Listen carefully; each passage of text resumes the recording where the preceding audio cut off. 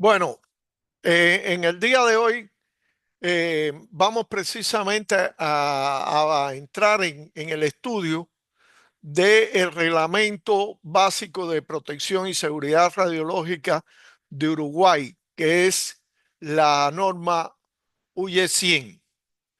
¿Por qué es tan importante esta norma y por qué la vamos a estudiar en más detalle? Bueno, en primer lugar, porque es, como dice su nombre, el reglamento básico. Quiere decir, todo lo que se haga en cuanto a requisitos de protección radiológica en cualquier práctica, en cualquiera, incluyendo incluso las prácticas industriales, no puede contradecir lo que dice esta norma. De manera que, aunque existen otras normas, digamos, específicas para las prácticas, como vimos en la conferencia anterior, el martes, pues nada de lo que tengan las otras normas puede contradecir la norma UE 100. Y en segundo lugar, porque es una norma que es muy completa en, en cuanto a que estructura y organiza muy bien eh, la forma en que se lleva adelante el control y los requisitos de protección radiológica.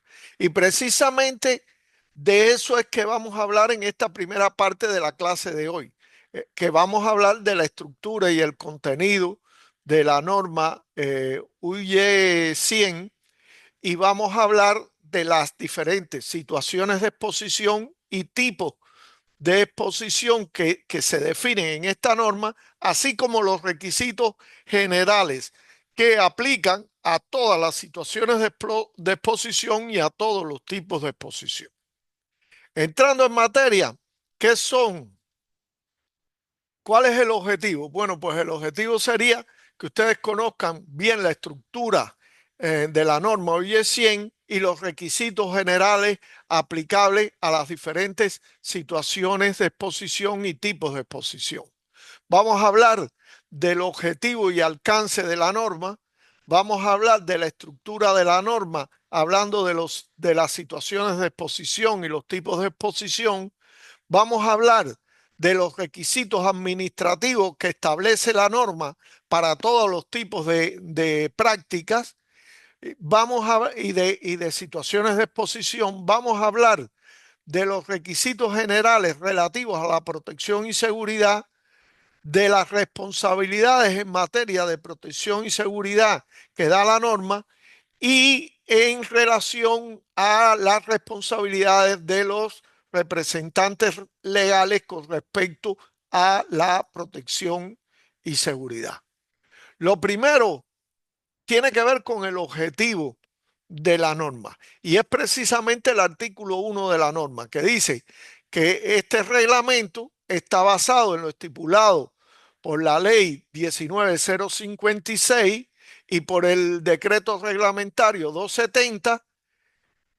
Se basa también en los principios fundamentales de seguridad del Organismo Internacional de Energía Atómica. Ustedes recuerdan que era la cúspide de la pirámide de reglamentación nuclear en el OIA, y se basa también en los requisitos generales de seguridad GCR parte 3 del Organismo Internacional de Energía Atómica, que como ustedes también recuerdan, era uno de los documentos de requisitos de seguridad fundamentales y es el homólogo, digamos, a esta norma UE 100 en la pirámide jerárquica de reglamentación nuclear del Organismo Internacional de Energía Atómica. Al final, todo eso con el objetivo de establecer requisitos básicos para la protección y la seguridad de las personas y el medio ambiente contra efectos resultantes de la exposición a las radiaciones provenientes tanto de fuentes radiactivas como de equipos generadores de radiación, que a los efectos de la norma también son fuentes. Eso lo vamos a ver más adelante. En cuanto al alcance de esta norma, bueno, es aplicable a la protección contra radiaciones ionizantes que incluyen tanto los rayos gamma, los rayos X, como las partículas alfa, beta, neutrones, protones y iones pesados, que son en definitiva la base de las fundamentales aplicaciones de las radiaciones ionizantes. Y también en cuanto al alcance, este reglamento de alguna forma llega a todas las situaciones que entrañan exposición a las radiaciones ionizantes, ya sean exposiciones planificadas, exposiciones de emergencia o exposiciones existentes que pudieran ocurrir en el territorio de la República Oriental del Uruguay. Este reglamento establece requisitos de obligatorio cumplimiento en todas las instalaciones y actividades que den origen a riesgos radiológicos. Quiere decir, no solo las médicas, que son el objetivo fundamental de nuestro curso, sino también otras aplicaciones industriales, en la docencia, en la investigación, etcétera. Y ahora se excluyen de esta norma, del alcance de esta norma, en primer lugar, las exposiciones que no se consideran sujetos a control, tales como la exposición debida al potasio 40, que como ustedes saben está contenido en el cuerpo humano, y la exposición debida a la radiación cósmica que de alguna forma incide en la superficie terrestre. Quiere decir, esa no va a ser tenida en cuenta porque no la podemos regular, ni con este reglamento ni con ningún otro. Tampoco se incluye dentro de esta norma la protección contra efectos nocivos de las radiaciones no ionizantes.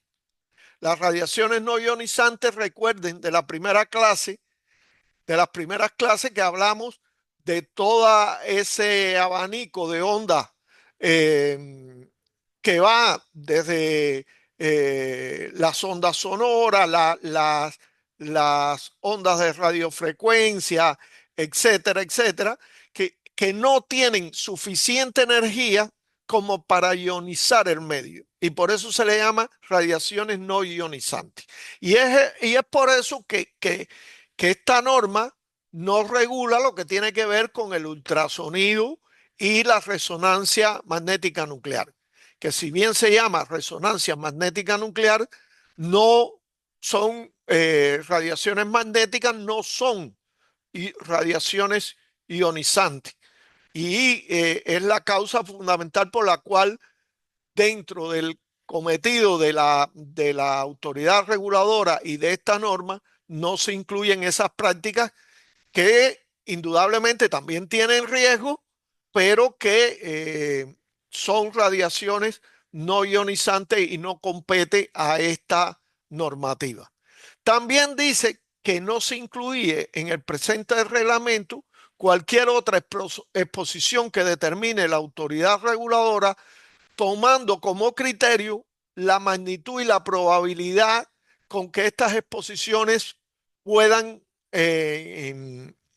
afectar a la sociedad según lo que prescribe este reglamento. ¿Por qué es esto? Porque hay determinadas exposiciones que tienen una magnitud tan pequeña y una probabilidad de que ocurra algún accidente tan baja que no valdría la pena someterla a ningún control. Son las fuentes que se consideran de tan baja actividad que se consideran exentas del control regulador y por tanto exentas de los requisitos de estas normas. Entonces, ahí podemos encontrar algunas fuentes docentes de muy baja actividad que se usan para algunas prácticas docentes. Podemos encontrar algunas fuentes que que son marcadores para identificar, más que todo, para identificar si hay radiación o no hay radiación, por ejemplo, o si el equipamiento funciona o no funciona. Por ejemplo, algunos marcadores que se usan en medicina nuclear para marcar la posición del paciente, pues son fuentes de tan baja actividad que son fuentes exentas. Bueno, todas esas fuentes que son exentas y que en ningún caso pudieran conducir a un riesgo significativo en la sociedad, en general en los seres humanos y en la sociedad y al medio ambiente, pues se excluyen del alcance de este reglamento. Ahora, por supuesto, hay una, una gama muy amplia de fuentes y prácticas que sí se incluyen dentro de este reglamento y que de alguna forma, para regularla, el reglamento define tres situaciones de exposición en las cuales los seres humanos pudieran enfrentarse a esas fuentes y a esas prácticas. La primera situación de exposición es la que se le llama situación de exposición planificada. La segunda se le llama situación de exposición de emergencia y la tercera se le llama situación de exposiciones existentes. Esas son, digamos, como los tres grandes escenarios en los cuales puede ocurrir la exposición a las radiaciones ionizantes. Ya dentro de esos escenarios existen tres tipos de exposición, que son la exposición ocupacional, la exposición del público y la exposición médica. Vean que en esta tabla resumen de la norma UIE 100, de la UIE 100, se explica claramente cómo algunos tipos de exposición están contenidos dentro de las diferentes situaciones de exposición y otros no. Vean, por ejemplo, que el tipo de exposición ocupacional está lo mismo dentro de la exposición planificada que de la exposición de emergencia que la exposición existente. E igual ocurre con la exposición, el tipo de exposición del público, que está en en las tres situaciones de exposición. Sin embargo, el tipo de exposición que tiene que ver con la exposición médica solamente aplica en la exposición planificada. Incluso los accidentes que puedan referirse a la exposición médica se ven dentro de la exposición planificada y no aplica la exposición médica ni a ni a las situaciones de exposición de emergencia ni a las situaciones de exposición existente. Claro está, para que se entienda mejor esto, hay que pasar a definir cada uno de estas situaciones de exposición y los tipos de exposición. ¿Qué cosa es la situación de exposición planificada? Bueno, es la situación de exposición que se deriva de la utilización planificada de una fuente o de la realización también planificada de una determinada actividad que involucre fuentes de radiaciones ionizantes. ¿Y qué caracteriza a este tipo de exposición, a esta situación de exposición planificada? Bueno, en primer lugar, puesto que antes de iniciar la actividad en cuestión pueden adoptarse disposiciones de protección y seguridad, existe la posibilidad de limitar desde el principio las exposiciones conexas y la probabilidad de que estas exposiciones se produzcan. ¿Qué quiere decir esto? Si es una actividad planificada, yo puedo planificar qué nivel de dosis va a recibir los trabajadores, los pacientes, el público, y puedo, en función de eso, establecer requisitos que me permitan limitar esas exposiciones y mantenerlas a ellas dentro de lo que se considera la planificación realizada para ese tipo de actividad o de fuente en cuestión.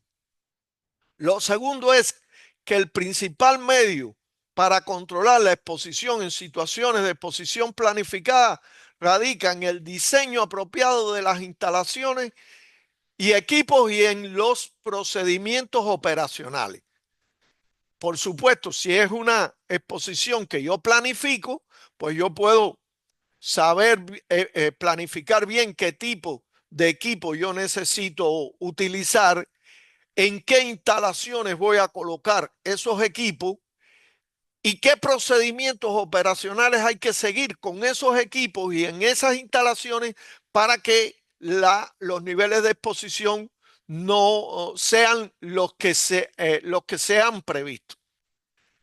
La tercera cuestión que caracteriza muy bien las situaciones de exposición planificada es que en las situaciones de exposición planificada se acepta dentro de las previsiones la existencia de cierto grado o magnitud de exposición. Quiere decir, ninguna exposición planificada parte por decir la dosis que va a recibir las personas es cero. Nadie se va a irradiar. No, no, no. Eso es ilógico porque es imposible que si usted va a trabajar con fuentes radiactivas o equipos generadores de radiación ionizante, usted pueda lograr que la dosis que reciban las personas, la magnitud de la exposición que reciban las personas sea cero. Siempre va a haber un determinado nivel de radiación que van a recibir las personas producto de esa práctica o de esa fuente, y eso también forma parte de la planificación. Hasta la planificación llega incluso a decir hasta qué nivel o qué magnitud es aceptable que se expongan las personas. Eso es sobre las situaciones de exposición planificada. Las siguientes situaciones de exposición son las situaciones de exposición de emergencia. ¿Y qué son las situaciones de exposición de emergencia? Son las situaciones de exposición que resultan como consecuencia de un accidente, un acto doloso, un sabotaje o algo así, otro suceso inesperado que requiere la pronta adopción de medidas para evitar o reducir las consecuencias adversas sufridas por los trabajadores o por el público o por los pacientes en medio de esa situación de emergencia. Es decir, trabajamos siempre dentro de la exposición planificada para evitar que ocurran las emergencias. Pero la norma reconoce, y la filosofía de protección radiológica reconoce, que en esta área, como en cualquier otra de la vida, pueden ocurrir emergencias. Y entonces se diseña una situación de exposición que se le llama así, situaciones de exposición de emergencia. Y la tercera situación de exposición se llama situaciones de exposición existente. ¿Y qué son las situaciones de exposición existente? Son situaciones de exposición que ya existen en el momento de aprobación de la norma.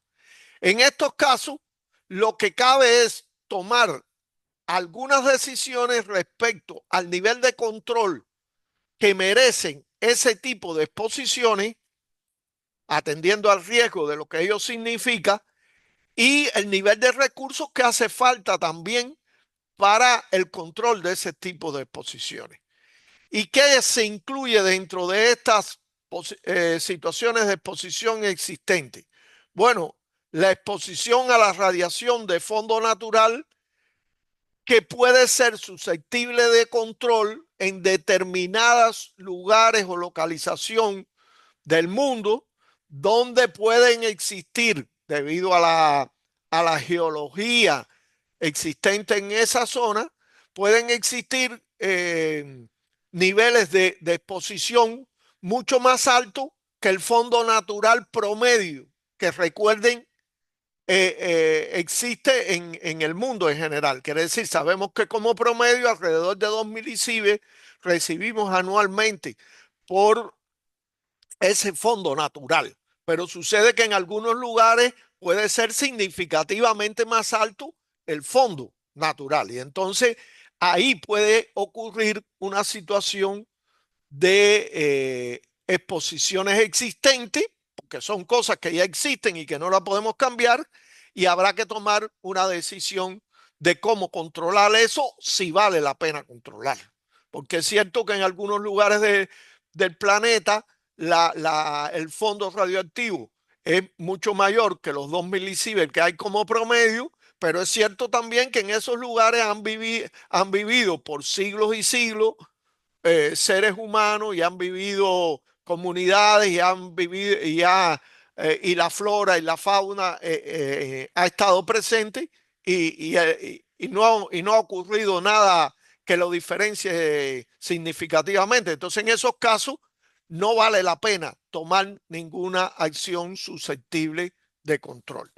También en la situación de situaciones existentes están las exposiciones debidas a material radioactivo residual derivado de prácticas anteriores. Esto ocurre mucho en la minería, por ejemplo. En la minería a veces se concentran determinadas colas que se le llaman o algo así de materiales que han concentrado en sí misma un mayor nivel de radioisótopos naturales. Y entonces, por supuesto, el nivel de exposición en esos lugares puede ser mayor. Ahí a veces sí hay que intervenir. Y un ejemplo concreto de eso, por ejemplo, puede ser la industria del petróleo, la industria de perforación del petróleo. La industria de perforación del petróleo eh, maneja muchos fluidos, no solo el petróleo en sí mismo, sino muchos fluidos y gases acompañantes al petróleo que son radioactivos. Muchos de ellos son radioactivos. Y la concentración de esos fluidos y esos gases pueden llegar a tener un nivel de actividad y significar un peligro radioactivo para las personas. Y entonces ahí tal vez vale la pena tomar algunas decisiones de control. Y por último está la exposición debida a materiales radioactivos derivados, residual derivados de emergencias nucleares o radiológicas, sobre los cuales también hay que tomar determinado de determinadas decisiones de control. Por ejemplo, en el accidente que ocurrió en Brasil, en Goiânia, se generó un gran número una gran cantidad de material que tenía algún nivel de contaminación radioactiva. Fueron apenas 19 gramos de cesio 137 que prácticamente contaminaron casi que a una ciudad completa. Entonces, ahí hubo que tomar decisiones acerca de qué cosa se aceptaba que quedara un fondo radioactivo mayor a lo que normalmente existía en esa ciudad y no iba a representar un peligro, y qué cosas sí había que gestionar como desechos radioactivos. Entonces, ahí están las complejidades de las situaciones de exposiciones existentes. Por suerte, para nuestro curso, esto no tiene nada que ver con, con las prácticas que nosotros hacemos y solamente que ustedes sepan que eso existe, pero no va a ser objeto de profundización en nuestro curso. Bueno, entonces ya vimos las tres situaciones de exposición. Situación de exposición planificada, situación de exposición de emergencia y situación de exposiciones existentes. Ahora vamos a ver los tres tipos de exposición que pudieran ocurrir dentro de estas situaciones de exposición. El primer tipo de exposición que ocurre, lógicamente, es la exposición ocupacional. ¿Y qué cosa es la exposición ocupacional? es la exposición sufrida por los trabajadores en el curso de su trabajo manejando fuentes radiactivas o equipos generadores de radiaciones ionizantes. Quiere decir, todo lo que tiene que ver con el trabajo de ustedes, que de alguna forma se exponen a equipos generadores de radiación o fuentes de radiaciones ionizantes, queda dentro de lo que la norma clasifica como exposición ocupacional. Y ahí está desde el tecnólogo que opera o el licenciado en imagenología que opera un equipo de rayos X o un tomógrafo, hasta el trabajador de medicina nuclear, radioterapia o incluso de cualquier otra práctica, aunque no sean médicas, que también se exponen a las radiaciones ionizantes. El segundo tipo de exposición son las exposiciones médicas. ¿Y qué son las exposiciones médicas? Bueno, son las que incluyen la exposición que reciben los pacientes en el curso de su diagnóstico o tratamiento. Ahí todos los pacientes de alguna forma que de alguna forma reciben un diagnóstico, un tratamiento mediante técnicas que usen radiaciones ionizantes, tienen un nivel de exposición. Incluye la exposición que sufren los acompañantes que brindan apoyo o bienestar a ese paciente durante la realización del procedimiento. Puede ser el padre, por ejemplo, que entra y sostiene a su niño pequeño para que le puedan hacer una radiografía. Esa persona, aunque él directamente no está recibiendo el beneficio del uso de las radiaciones ionizantes, está prestando apoyo o bienestar a la persona que sí lo está recibiendo. Ahí, en medicina nuclear, por ejemplo, ocurre que cuando los pacientes se hacen un estudio de medicina nuclear o una terapia, siempre queda un determinado nivel de radiofármaco en su cuerpo. Y cuando él se va a la casa, probablemente vaya acompañado por un familiar o vino acompañado por un familiar. Ese familiar se expone, incluso los familiares que conviven con él se exponen. Y esa exposición entra también dentro de la exposición médica, aunque no es directamente beneficiario la persona de la exposición médica en sí misma. Y el otro grupo que entra dentro de la exposición médica es la exposición que sufren los voluntarios durante la realización de un programa de investigaciones biomédicas. Como ustedes saben, en la medicina, eh, como en otras muchas cosas de la vida, se realizan programas de investigaciones que necesitan de alguna forma de un sujeto que, que, que participe en esas investigaciones. Y bueno, en este caso, si las investigaciones tienen que ver con el uso de las radiaciones ionizantes, pues ese es un sujeto que no puede quedar desprotegido totalmente, aunque él sea un voluntario para participar en eso. Hay determinados requisitos que controlan la exposición que recibe esa persona, y eso también entra dentro de la cápita de las exposiciones médicas. Y por último tenemos la exposición del público. ¿Qué cosa es la exposición del público? Es la exposición sufrida por cualquier persona que no clasifica como trabajador ocupacionalmente expuesto y no se incluye dentro de la exposición médica. Quiere decir, si la persona, por ejemplo, aunque trabaje en el hospital, trabaja en el archivo que colinda con este servicio de medicina nuclear, recibe por trabajar en ese archivo un determinado nivel de radiación, aunque él es trabajador del hospital, a los efectos de la norma es público, porque él no es ni trabajador ocupacionalmente expuesto, ni es de las personas que ya vimos se incluían dentro de la exposición médica. Por lo tanto, a él hay que darle un nivel de protección del público, igual que a alguien que no trabajara siquiera dentro de la clínica o del hospital. Entonces, ese es un concepto que hay que tenerlo bien claro, porque a veces se confunde y se piensa que porque trabaja en el hospital ya es trabajador ocupacionalmente expuesto. No, si usted trabaja en el hospital, pero usted no está vinculado directamente a la realización de la práctica y al uso de la fuente, pues usted será público. Indudablemente será público.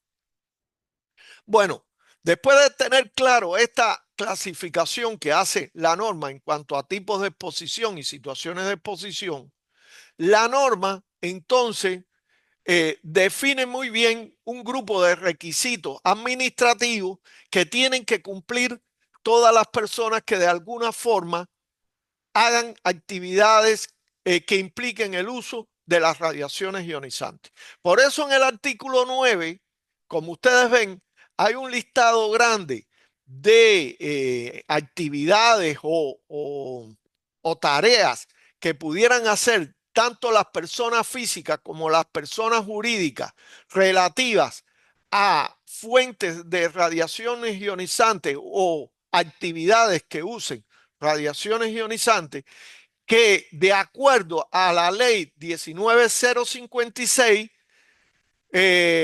deben de alguna forma deben de alguna forma ser reguladas por la norma UE 100 y solo se excluyen de ahí aquellas fuentes, como le decía, exentas, que aunque estén inmersas en estas actividades, en estas tareas y en estas actividades, tienen una actividad desde el punto de vista y un riesgo radiológico sumamente bajo, que son las que se consideran exentas. Todas estas otras funciones o actividades que haga una persona física o jurídica eh, usando fuentes radiactivas o equipos generadores de radiaciones ionizantes, se considera que está dentro del alcance de la norma. En esos casos, para todas esas actividades, la persona física o jurídica que se proponga realizarlas tendrá que primero que todo notificar a la autoridad reguladora la posesión, el transporte, cualquiera de las actividades mencionadas en el artículo 9. Ella tiene que notificarlo a la autoridad reguladora. Y en virtud del riesgo que represente la actividad que él realiza, pues entonces la autoridad reguladora, a través de la norma de autorizaciones de instalaciones actividades, clasificará esa fuente o esa actividad en determinados niveles de riesgo, y dependiendo de esos niveles de riesgo será el tipo de autorización que tendrá que tener la persona. De manera que la notificación en sí misma ya es un primer paso en la autorización. Si su actividad es de muy bajo riesgo, pues la notificación basta, pero si su actividad tiene ya un riesgo considerable, usted tendrá que obtener o una licencia o una autorización de registro para realizar esas actividades. La aplicación al final de los requisitos de la norma eh, en las situaciones, en las diferentes situaciones de exposición, será proporcional a las características de las prácticas y de las fuentes y a la magnitud y a la probabilidad de la exposición. ¿Qué quiere decir esto? Que habrá un enfoque graduado, de manera que usted tendrá que cumplir mucho más requisitos en la medida que la actividad o la fuente que usted utiliza tienen un riesgo menor.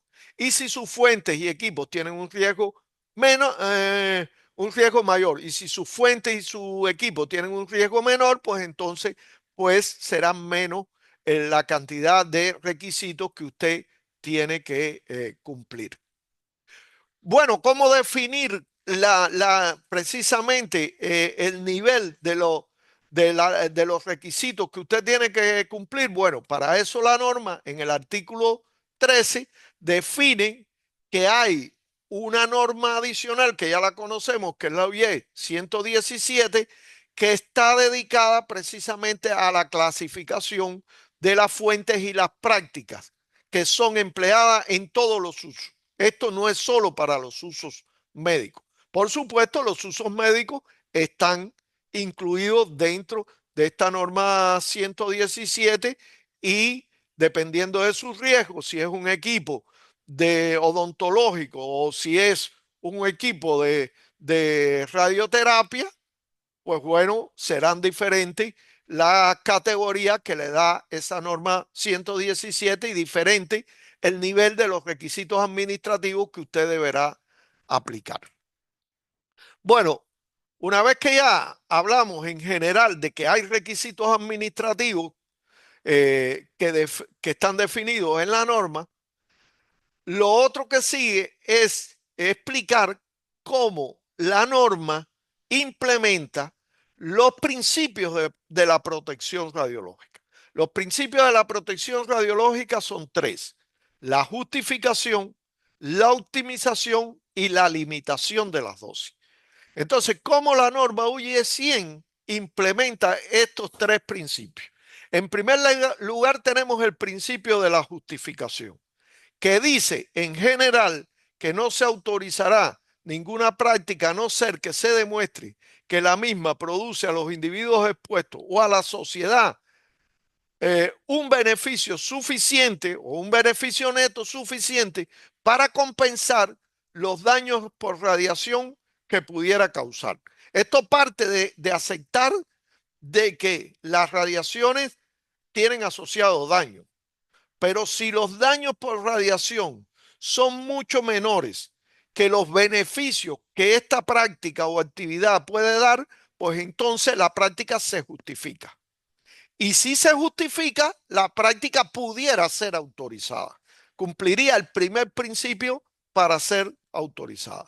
Esto está muy bien reflejado en los artículos 18 y 19 de la norma UE 100, que dice que en situaciones de exposición planificada se asegurará que no se realice ninguna práctica a menos que esté justificada. ¿Qué está diciendo eso? Que usted tiene que planificar para demostrar que su práctica es justificada. Si su práctica no es justificada, ni se preocupe por optimizar, ni se preocupe por... No, no. Si no se justifica la práctica, ya de entrada la práctica no va a ser autorizada. Y en el artículo 19 dice que en situaciones de emergencia y situaciones de exposiciones existentes, se asegurará que las medidas protectoras o reparadoras estén justificadas y se realicen de forma tal que se alcancen los objetivos fijados. Quiere decir, ¿qué quiere decir esto? Que para estas situaciones de exposición, de emergencia y de situaciones existentes, lo que usted justifica es, por supuesto que se justifica actuar en la emergencia, pero lo que usted tiene que justificar es que las medidas que usted va a implementar en esa actuación son adecuadas para, para garantizar los objetivos de protección que usted se ha puesto. Usted no va a seguir exponiendo a la gente innecesariamente queriendo sacar, por ejemplo, en una emergencia, la, reducir la contaminación al mínimo cero, porque no lo va a lograr.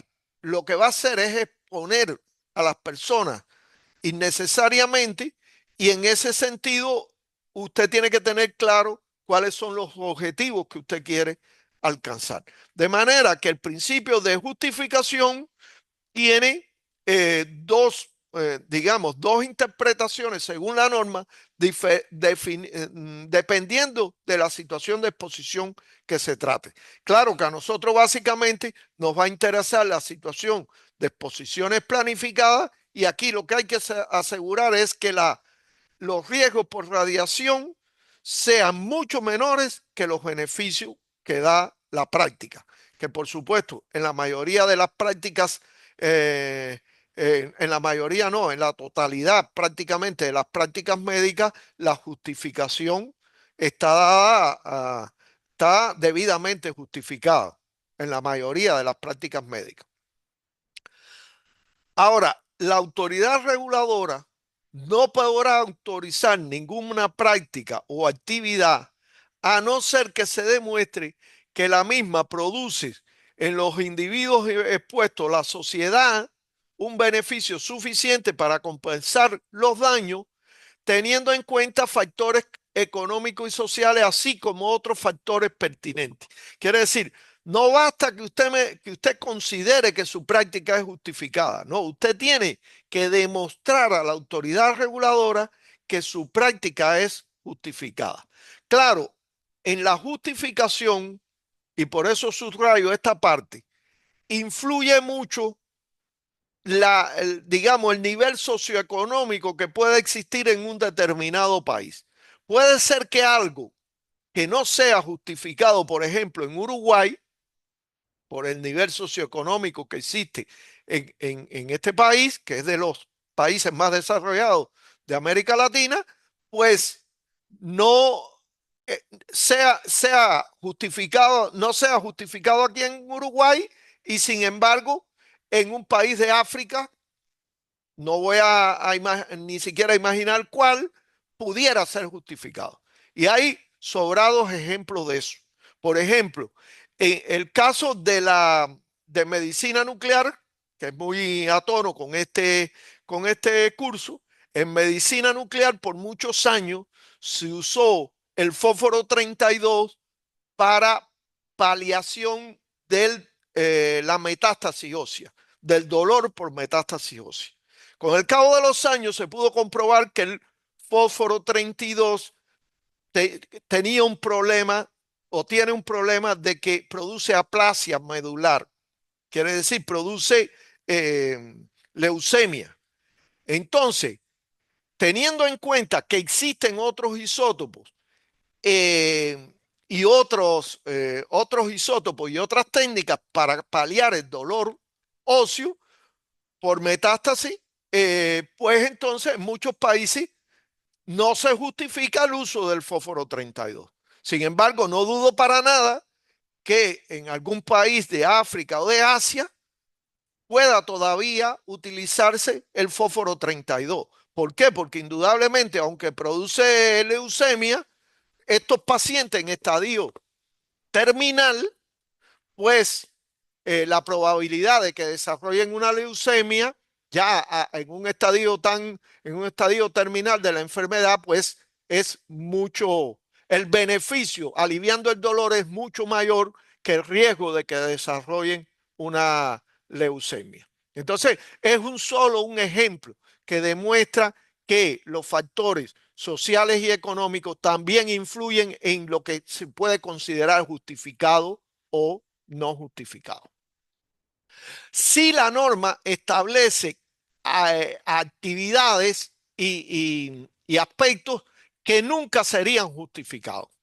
¿Y cuáles son esos aspectos? Bueno, esos aspectos están en el artículo 24 de la norma.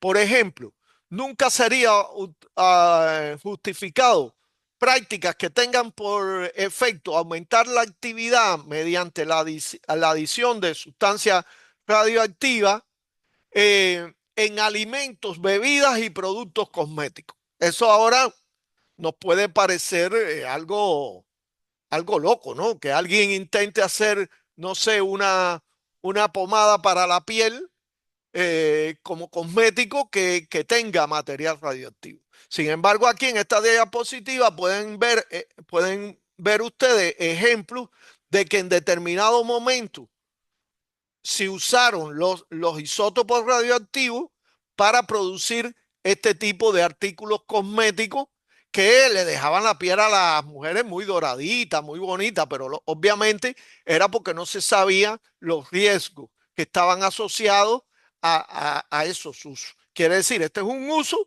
que, bueno, la cosmética no es bueno que las personas se vean bien, pero la cosmética no puede, en una balanza contra los riesgos por radiación, no puede competir. Entonces, eso nunca sería justificado, según dice la norma en el artículo 24. También dice que no sería justificado el uso de esa sustancia en productos como juguetes, joyas o adornos.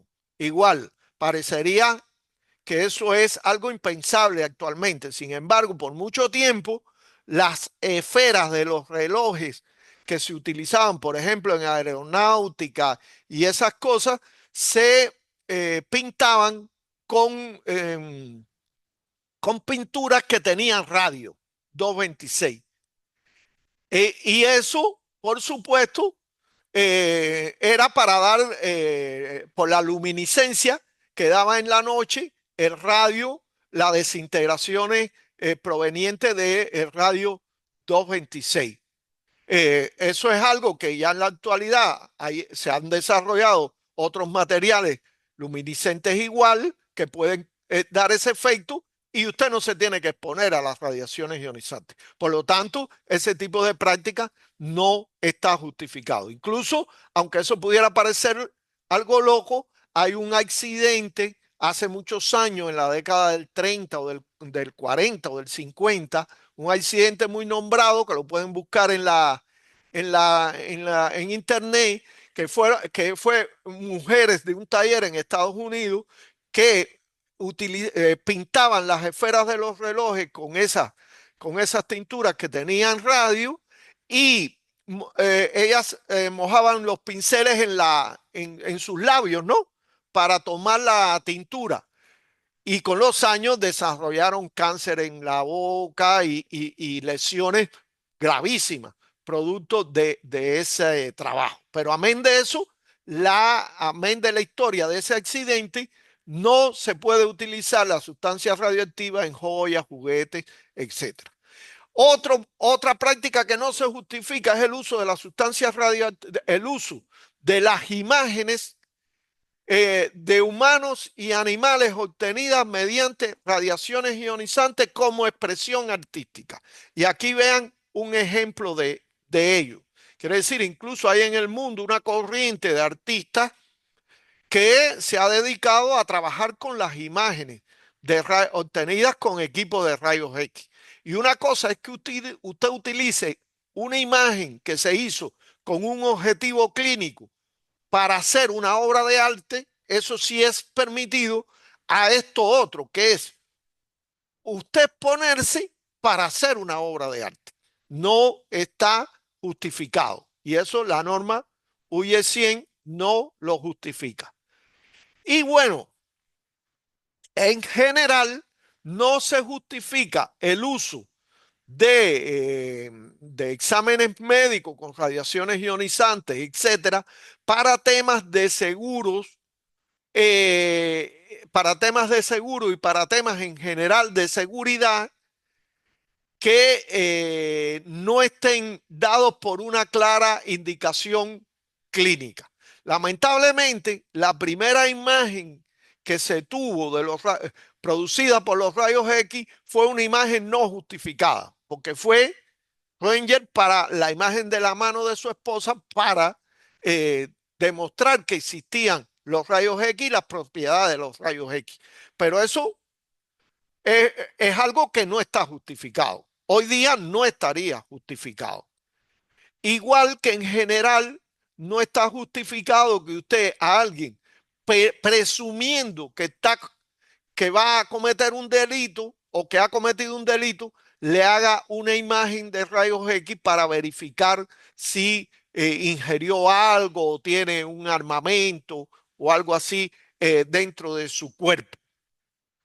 Solamente eso se efectúa en los casos de algunos objetivos que tienen que ver con la seguridad nacional, como son estos equipos que hay en los aeropuertos que se utilizan con, son equipos específicos que de alguna forma tienen un diseño para producir una dosis de radiación muy baja y que se utilizan para detectar, eh, no sé, explosivos o medios que puedan ser utilizados en actividades terroristas, etcétera. Solamente es en ese caso es que se justifica. El resto de los casos no se justificaría.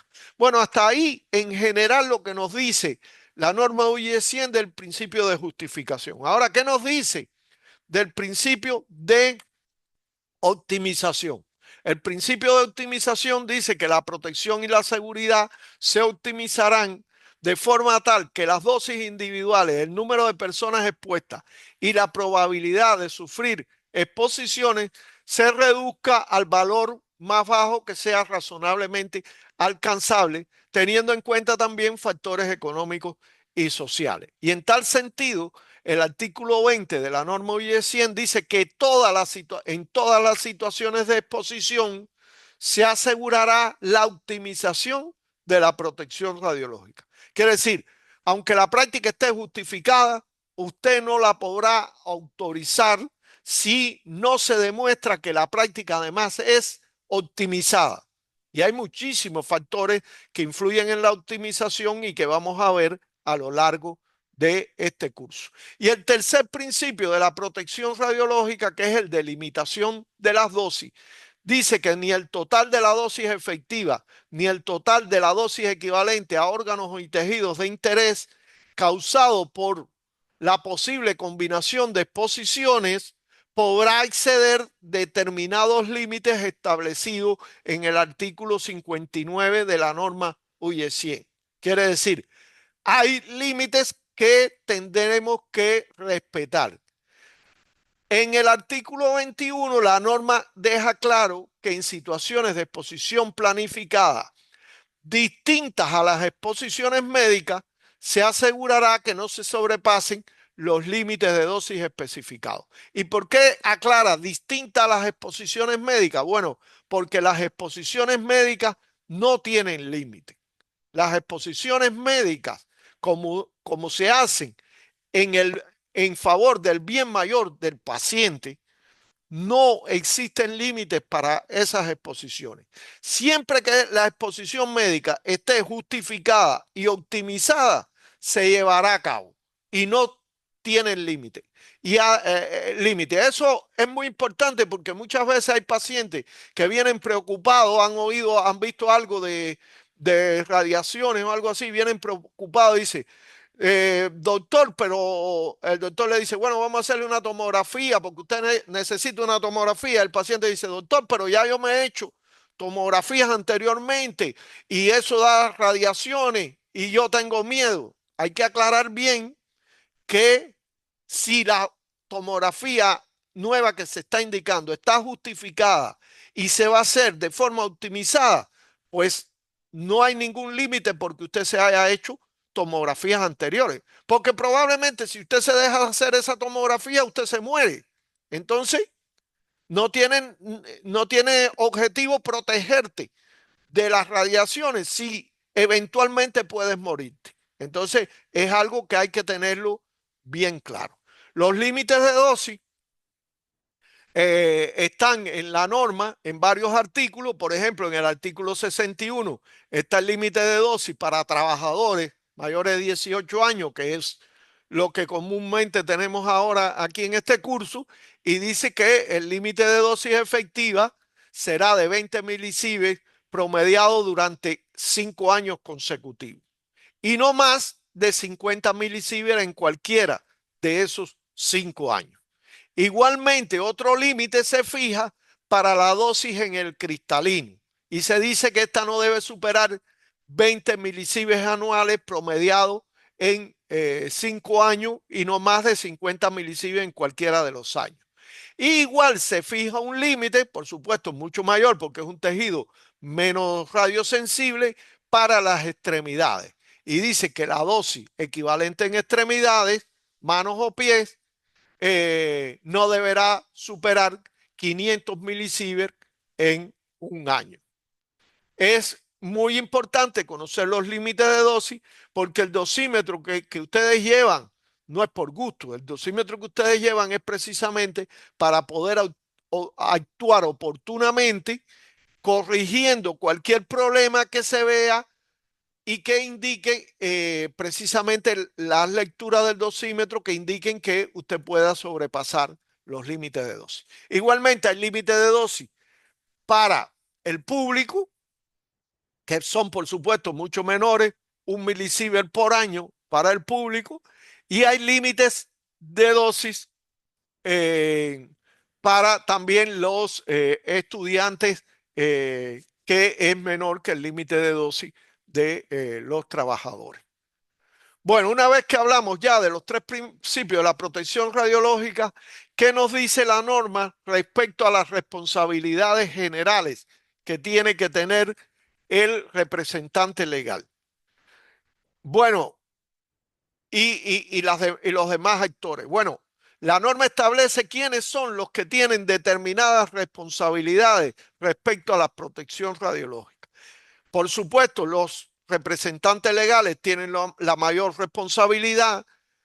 Los empleadores pueden tener determinado nivel de responsabilidad si no son los mismos representantes legales.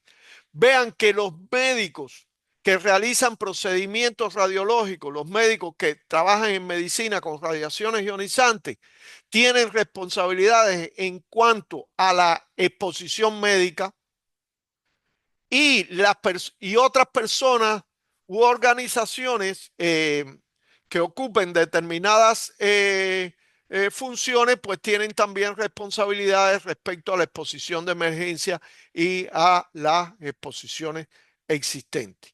También la norma dice que hay otros actores que tienen responsabilidades también de alguna forma, controlados siempre por el representante legal, que son los suministradores de fuente, los oficiales de protección radiológica, los médicos prescriptores, que puede ser prácticamente cualquier médico, los físicos médicos, los tecnólogos o los licenciados en imagenología, expertos cualificados, etcétera. Todos ellos tienen determinadas responsabilidades.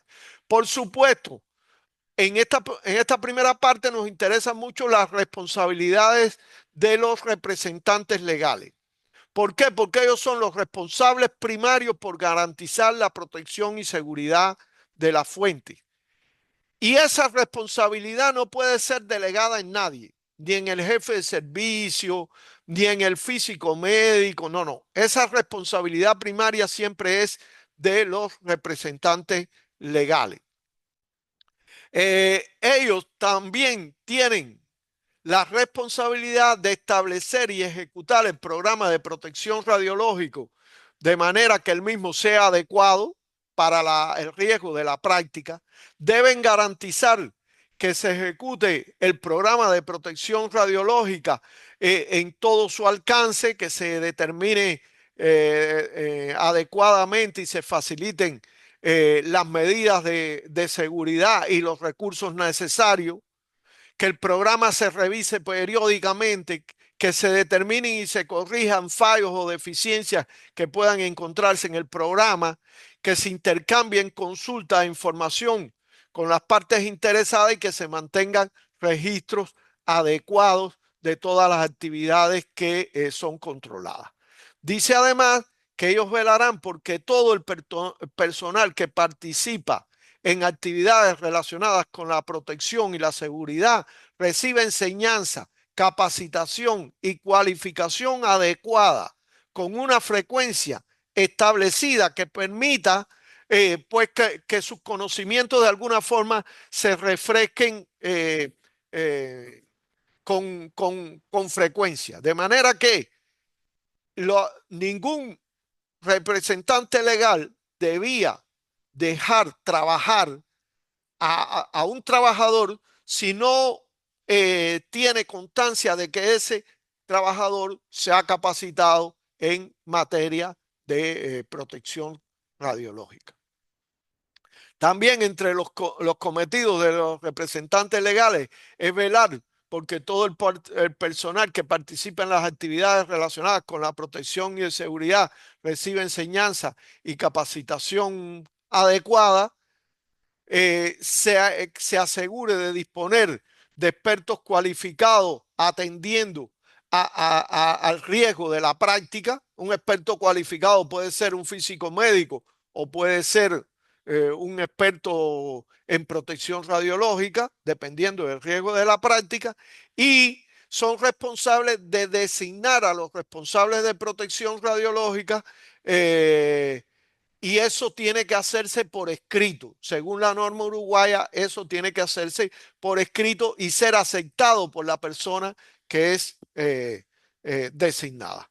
Bueno, hasta aquí esta primera parte, donde vimos en sentido general cuáles son los requisitos generales de la norma UE 100, los tipos de exposiciones y las situaciones de exposición, cómo se cumplen los principios de protección radiológica, justificación, optimización y limitación de dosis en la norma UE 100 y cómo se definen las responsabilidades de las diferentes partes y principalmente de los representantes legales.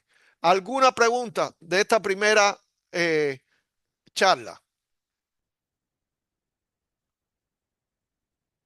Si no hay preguntas, voy a compartir rápidamente la segunda, que es más corta.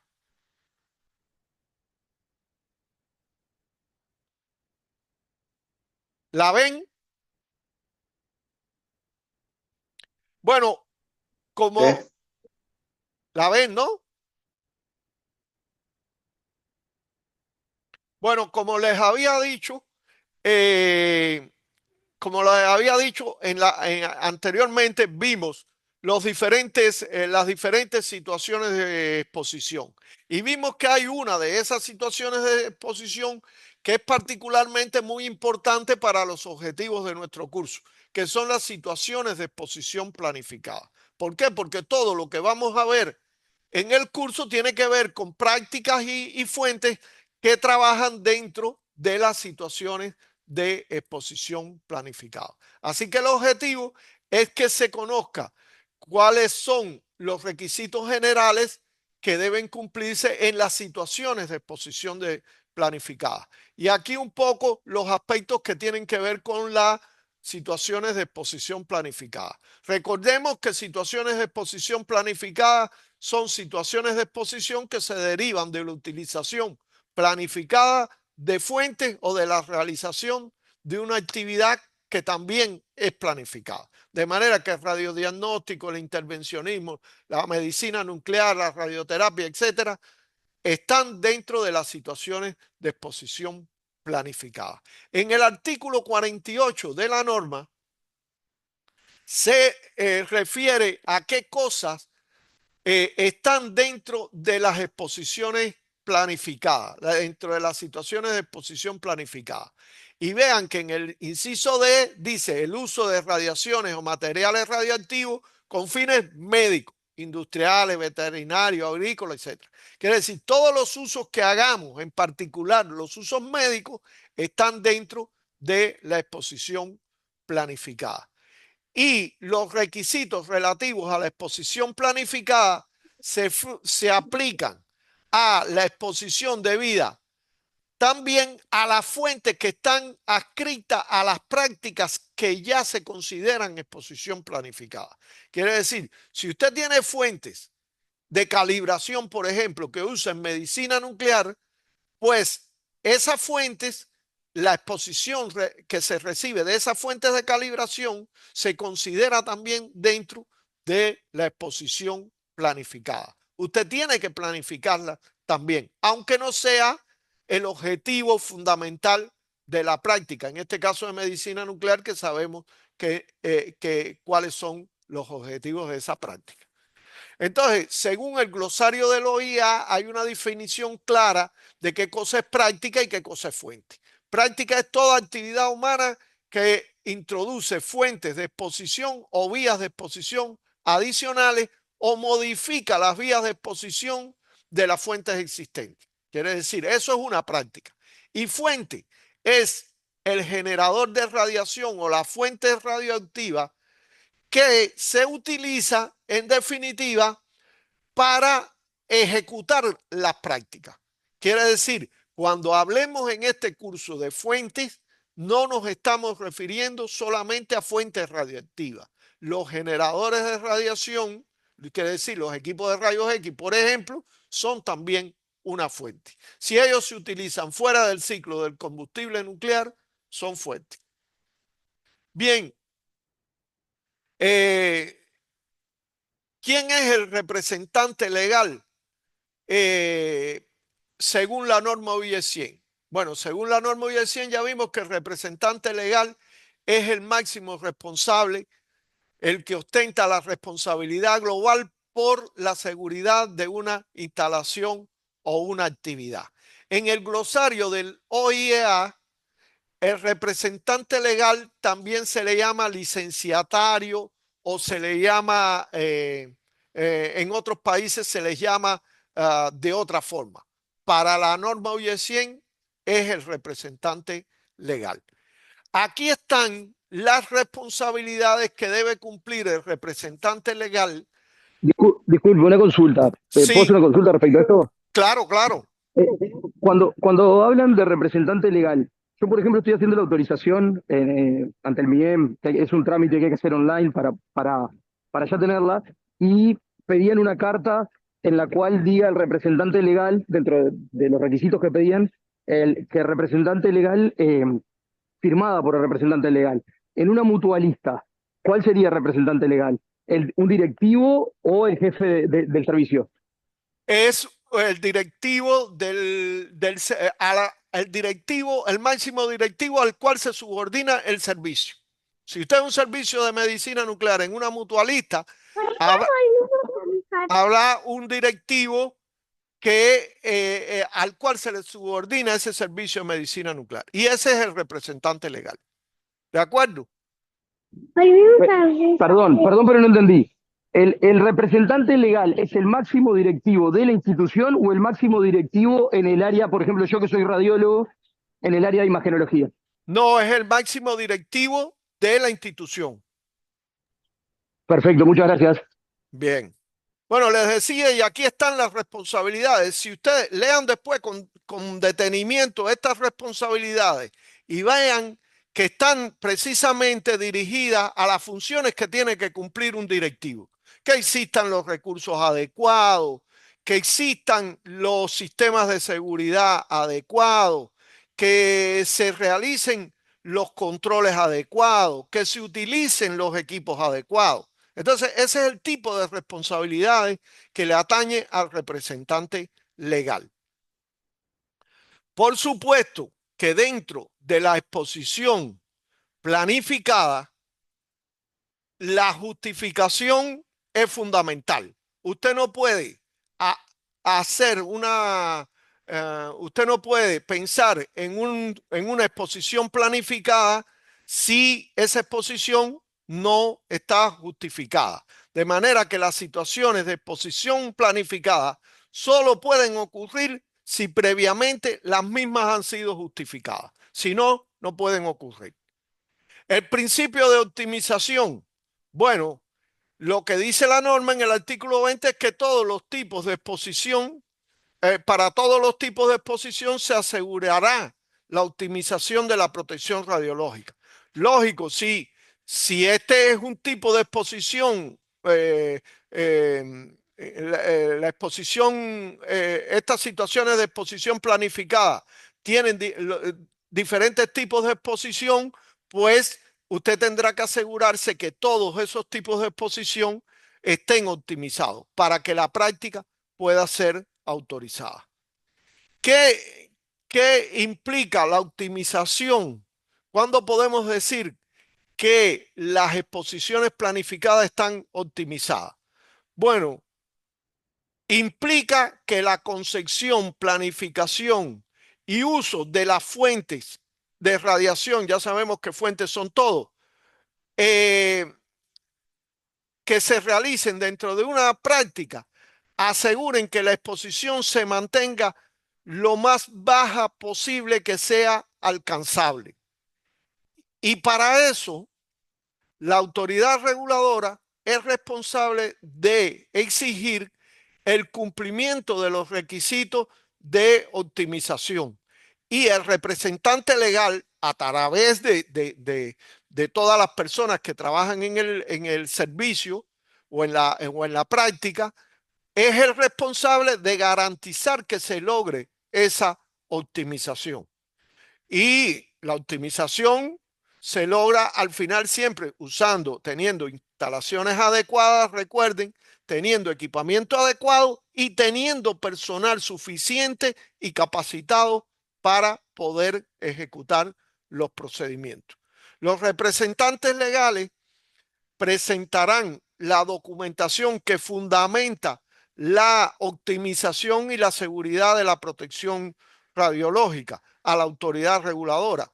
Por eso es que, por supuesto, no se puede otorgar ninguna autorización a un servicio. No me estoy refiriendo a las autorizaciones individuales, que es otra etapa, sino a una autorización a un servicio o una práctica si no se ha presentado a la autoridad reguladora la documentación que fundamente que se ha logrado también esa optimización. A los fines del cumplimiento de ese artículo, pues se establecerá y se harán cumplir los requisitos relativos a la optimización, se exigirá la presentación de documentación que aborde la optimización y la protección y se esclarecerá y aprobará las restricciones de dosis y riesgos que convengan según el tipo de actividad que se va a realizar, según la práctica que se va a realizar. En el caso de la exposición ocupacional y la exposición del público, los representantes legales deben asegurarse que se cuente con todos los factores pertinentes para garantizar la optimización. En el caso de la exposición ocupacional y del público, los representantes legales también asegurarán que se cumplan determinadas restricciones de dosis y que éstas se usen en función de la optimización. Esto es, las restricciones de dosis, como veremos más adelante, aplican fundamentalmente a lo que tiene que ver con las exposiciones diagnósticas, las prácticas que se utilizan con fines diagnósticos. Al final, para garantizar la optimización, siempre tendremos que auxiliarnos de tres aspectos fundamentales: distancia, tiempo y blindaje. Siempre a partir de ahí tendremos que auxiliarnos para garantizar la optimización. Respecto a la limitación de dosis, pues bueno, en la exposición planificada ya se sabe que aplica este principio, con lo cual hay que cumplir con los límites de dosis que ya habíamos mencionado anteriormente, están en el artículo 61. Vean aquí los límites de dosis para los aprendices o los estudiantes entre 16 y 18 años y los límites de dosis para el público que también deben garantizarse. Ahora, ¿cómo usted demuestra a la autoridad reguladora de que usted su práctica es justificada y optimizada? Bueno, para eso usted tendrá que realizar una evaluación de seguridad y presentar a la autoridad reguladora esa evaluación de seguridad mediante un informe que está exigido en la guía de autorizaciones de instalaciones y actividades. Quiere decir, en la guía de autorizaciones de instalaciones y actividades se requiere que se presente ese informe de seguridad, incluso más, se da cuál es el formato que debe tener la documentación que se presente a la autoridad reguladora. De manera que si usted sigue ese formato, pues no tendrá duda a la hora de elaborar esa información.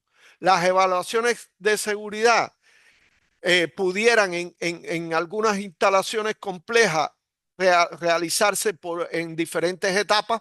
Por ejemplo, presentar una primera etapa para la construcción y después otra para la operación. Eso ocurre mucho, por ejemplo, en medicina nuclear, en radioterapia, en instalaciones complejas. Y en ellas, al final, usted tendrá que identificar todas las formas y modos por los cuales pudieran ocurrir exposiciones, determinar la magnitud y la probabilidad de esas exposiciones. Por eso deben incluirse estimaciones de dosis y estimaciones de riesgo en las evaluaciones de seguridad, por supuesto, con un enfoque gradual. Una estimación de dosis en medicina nuclear puede ser muy compleja, en una estimación de dosis en, en radiodiagnóstico convencional puede ser muy sencilla. Entonces, con un enfoque gradual, pues usted debe, pero sí debe tener de alguna forma esas determinaciones en la evaluación de seguridad. Y usted debe demostrar la idoneidad de las condiciones de protección y seguridad que usted tiene. Quiere decir, usted debe demostrar que si ocurriera algún evento, usted tiene suficientes defensas como para evitar que eso se convierta en un accidente. Bueno, por supuesto, la evaluación de seguridad tiene que documentarse y registrarse por parte de la instalación. Ahora, los representantes legales también deben mantener una supervisión continua sobre el cumplimiento de los requisitos de las normas. Quiere decir, no es entregar la evaluación de seguridad, demostrarlo y ya con eso, ya yo más nunca me tengo que ocupar de eso. No, todo lo contrario. Se debe crear los mecanismos para que se realicen supervisiones y mediciones de los parámetros fundamentales que tienen que ver con la seguridad, se facilite equipo adecuado y se apliquen los procedimientos para esas verificaciones. Quiere decir, usted no puede hacer mediciones si usted no tiene un equipo adecuado para medir. Se proceda al mantenimiento y ensayo y calibración de los equipos, se mantengan los registros adecuados y se facilite a la autoridad reguladora los resultados de esas supervisiones. Quiere decir, la autoridad reguladora tiene mecanismos de inspección para comprobar eso, pero eso, aunque no vaya la autoridad reguladora a hacer una inspección, las instalaciones debían tener los mecanismos para realizar esas verificaciones y eso se llama cultura de seguridad. En cuanto a la prevención y mitigación de accidentes, también los representantes legales tienen determinadas responsabilidades, fundamentalmente en lo que tiene que ver con prevenir cualquier accidente en la instalación o actividad y mitigar las consecuencias de los accidentes si ellos se producen. Pero obviamente eso va relacionado con muchas otras cosas que hay que asegurar para garantizar la prevención y la mitigación de los accidentes.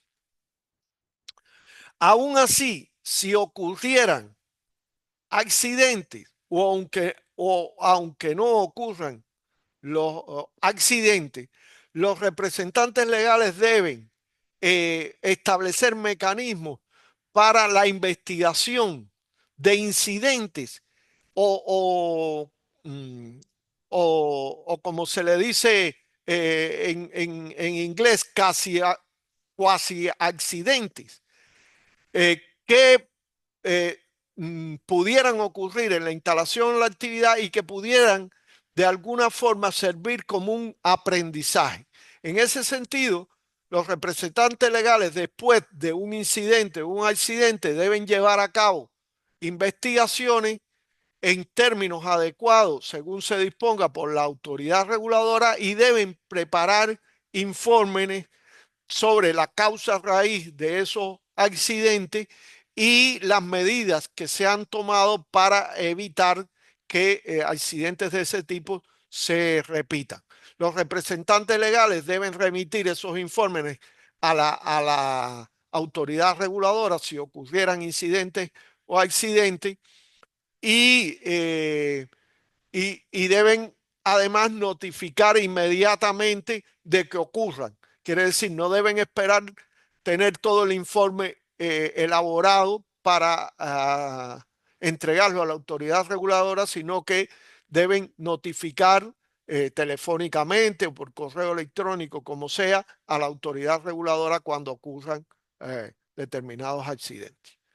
Bueno, hasta aquí esta parte general que tiene que ver con cómo está estructurada la norma UE 100 y también eh, dentro de las exposiciones planificadas, que son la forma en la cuales se realizan las prácticas que están contenidas en este curso, radiodiagnóstico, medicina nuclear, radiología intervencionista, pues dentro de esas exposiciones planificadas, ¿cuáles serían los aspectos generales que tiene que velar y las responsabilidades del representante legal con respecto a la seguridad de esas prácticas y esas fuentes? En la próxima clase vamos a entrar ya en los requisitos específicos que establece la norma para los diferentes tipos de exposiciones. Quiere decir, dentro de la exposición planificada, la norma establece requisitos específicos para la exposición ocupacional, para la exposición del público y para las exposiciones médicas. Y ese será el contenido de las dos clases de la semana que viene. Con lo cual, ahí cerramos el primer módulo del curso. Quiere decir, la semana que viene, cuando concluya la semana que viene, pues habremos concluido el primer módulo del curso y entonces ya después nos separaremos para complementar los dos módulos siguientes. ¿Alguna pregunta?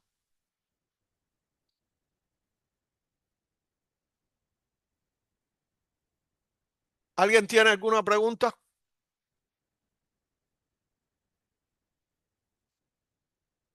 ¿No hay pregunta? Déjame ver aquí el chat por si acaso. No, lo que me contestaron era que sí, que estaban, que se oía.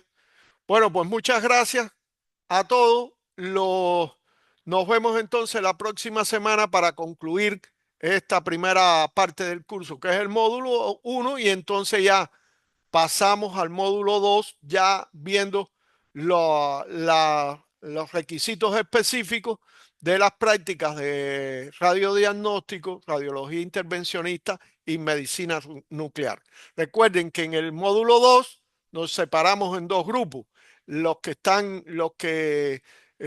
tienen que ver con están en el curso de radiodiagnóstico y radiología intervencionista, tienen la clase los martes, y los que tienen que ver con el curso de medicina nuclear, pues tienen la clase los jueves. Eso será para la otra semana más arriba. Todavía la semana que viene nos quedan dos clases en este módulo. Bueno, muchas gracias a todos y que descansen.